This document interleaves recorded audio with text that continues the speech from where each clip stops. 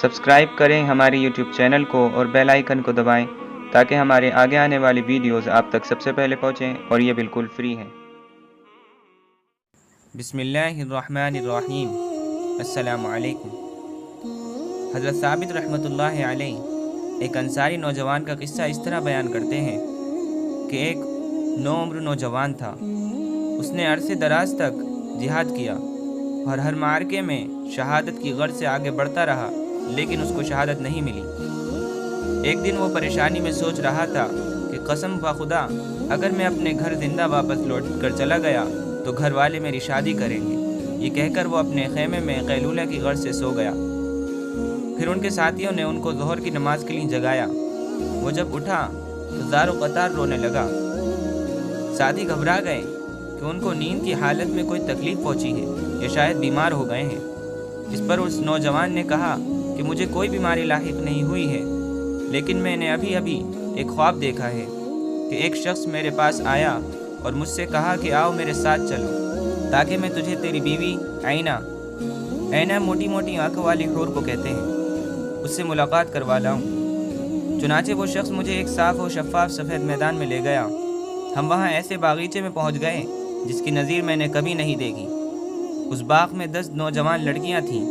میں نے سوچا کہ وہ میری بیوی عینہ بھی اسی میں ہوگی۔ چنانچہ میں نے پوچھا کہ کیا تم میں کوئی عینہ ہے؟ انہوں نے کہا وہ ہم سے آگے ہیں، ہم تو ان کی خادمائیں ہیں۔ اس کے بعد میں اپنے ساتھی کے ساتھ آگے بڑھا تو ایک اور باغیچے نظر آیا جو اس سے پہلے والے باغ سے کئی گنا زیادہ خوبصورت تھا۔ اس میں 20 لڑکیاں کھڑی تھیں جن کا حسن ان پہلی والی لڑکیوں سے کئی درجہ زیادہ تھا۔ میں نے سوچا کہ شاید ان میں عینہ ہوگی۔ میں نے ان سے پوچھا کیا تم میں عینہ ہے؟ انہوں نے جواب دیا وہ ہم سے آگے ہیں، ہم تو ان کی خادمائیں ہیں۔ چنانچہ اس کے بعد ہم دونوں ساتھ ایک گنبد نما سرخ یاقوت کے ایک ایسے محل میں پہنچ گئے جس کی روشنی سے آس پاس کے علاقے روشن تھے۔ میرے ساتھی نے مجھ سے کہا کہ اس محل میں داخل ہو جاؤ۔ چنانچہ میں اندر داخل ہوا۔ اچانک میں نے ایک ایسی خوبصورت عورت دیکھی جس کی روشنی سے محل کی روشنی ماند پڑ گئی تھی۔ میں وہاں بیٹھ گیا اور کچھ دیر تک میں نے اس سے باتیں کی اور اس نے مجھ سے باتیں کی کہ اتنے میں میرے ساتھی نے مجھ سے کہا کہ آؤ چلو واپس چلتے ہیں۔ میں جب مجبوراً جانے کے لیے اٹھ کھڑا ہوا تو اس حور عینہ نے میری چادر کے پلو کو پکڑ کر نہایت خوشگوار انداز سے کہا کہ آج رات آپ روزہ ہمارے ہاں افطار کریں۔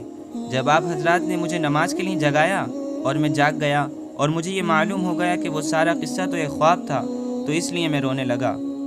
راوی کا بیان ہے اس قصے کو سنائے زیادہ وقت نہیں گزرا تھا کہ مجاہد نے آواز دی، اے اللہ کے شہ سوارو، اٹھو اور جنت کی طرف چل پڑو۔ چنانچہ سارے لوگ سوار ہو کر دشمن کی طرف چل پڑے اور دن بھر دشمن سے مقابلہ ہوتا رہا۔ جب شام کا وقت آ گیا اور روزہ کھولنے کا اعلان ہونے لگا تو اسی وقت وہ نوجوان شہید ہو گیا جس نے دن بھر روزہ رکھا تھا۔ دوستو، اس واقعے سے ہمیں یہ معلوم ہوتا ہے جب انسان دنیا کے لیے جینا چھوڑ دیتا ہے اور اس کا جینا اور مرنا صرف اور صرف آخرت کے لیے ہو جاتا ہے، تو اللہ تبارک و تعالی اپنے اس بندے کے لیے آخرت میں ایسے ہی انعامات رکھتے ہیں۔ اللہ تبارک و تعالی سے دعا ہے کہ وہ ہم سب کو بھی اس کی توفیق عطا فرمائے۔ دوستو، امید ہے کہ آپ کو میری بات سمجھ میں آئی ہوگی اور آپ کو یہ ویڈیو پسند آئی ہوگی۔ اگر آپ کو یہ ویڈیو پسند آئی تو اس کو لائک اور شیئر کریں اور میرے چینل کو ضرور سبسکرائب کریں تاکہ میری آگے آنے والی ویڈیوز آپ تک سب سے پہلے پہنچیں۔ السلام علیکم ورحمۃ اللہ۔